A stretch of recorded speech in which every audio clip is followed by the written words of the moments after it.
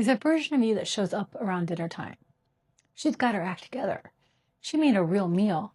She ate it. She's doing the thing. And then about an hour passes. Maybe you're sitting on the couch. Maybe you're watching something on TV. And suddenly you're thinking about the pantry. Not because you're hungry. You're not. You just ate, which is what makes it feel so confusing. But something is pulling you there anyways. So you go look. And when you open that door, nothing sounds right. You see chips and you think, nah. You see the cookies and you think, no. You see the granola, nah. But you also can't close the door and walk away. So you stand there looking, waiting for the thing that feels right. And here's what happens next. You grab the chips, you eat some. But even as you're eating them, you know in a minute you're going to want something sweet. So you grab one more handful of the salty, knowing it's coming. And then you reach for the sweet. And then for a second, there's another little hit, but it's still not the feeling you're looking for. So you go back to the chips because your brain keeps thinking, maybe the next bite is the one that will finally feel like enough. Salty, sweet, salty, sweet. Like your brain's trying to solve a math problem that has no answer. That's not a willpower problem. That's not weakness. That's your nervous system doing exactly what it was designed to do. It's just designed for the wrong context. Here's what's actually happening. All day long, your cortisol has been elevated. You've been managing, working, focused. Your nervous system has been in task mode, alert, on, ready. And your brain has been working overtime to keep you regulated and functional. And then dinner happens. You eat, your body starts to digest, and as the day winds down, your cortisol begins to drop. Now, a drop in cortisol is supposed to signal safety, time to rest. But if you've spent all day in mild stress, that drop doesn't feel like a relief. It feels like a vacuum. And your brain hates a vacuum. So it goes looking for something to fill it. Something that will spike your dopamine. Something that will make you feel something. And your brain has learned one very reliable way to do that.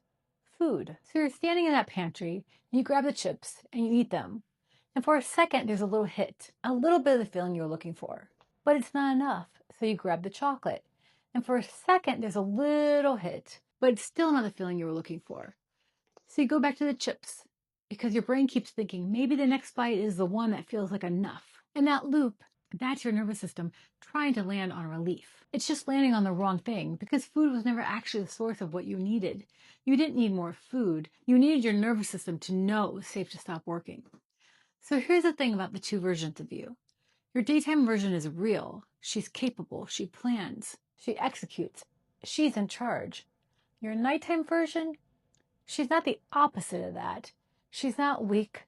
She's not broken. She's a release valve. She's what happens when a nervous system that's been holding tension all day long finally gets permission to let go. The problem isn't that she shows up. The problem is she's learned to look for relief in the only place she knows, food.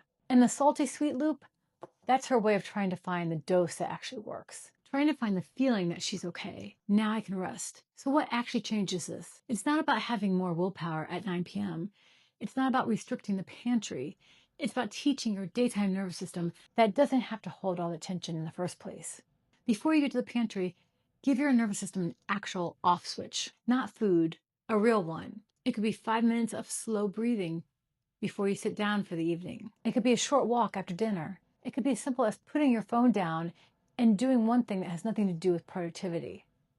The goal is to send your nervous system a signal that the day is actually over, that it's safe to stop working. Because if you don't give it that signal, it's going to go looking for one. And it knows exactly where to find it. Because once you start seeing these patterns for what they actually are, you stop treating yourself like the enemy. I put together a free analyzer linked below if you want help identifying what your nervous system might actually be responding to. Because the nighttime version of you doesn't need more willpower. She needs a better signal. I'll see you in the next one.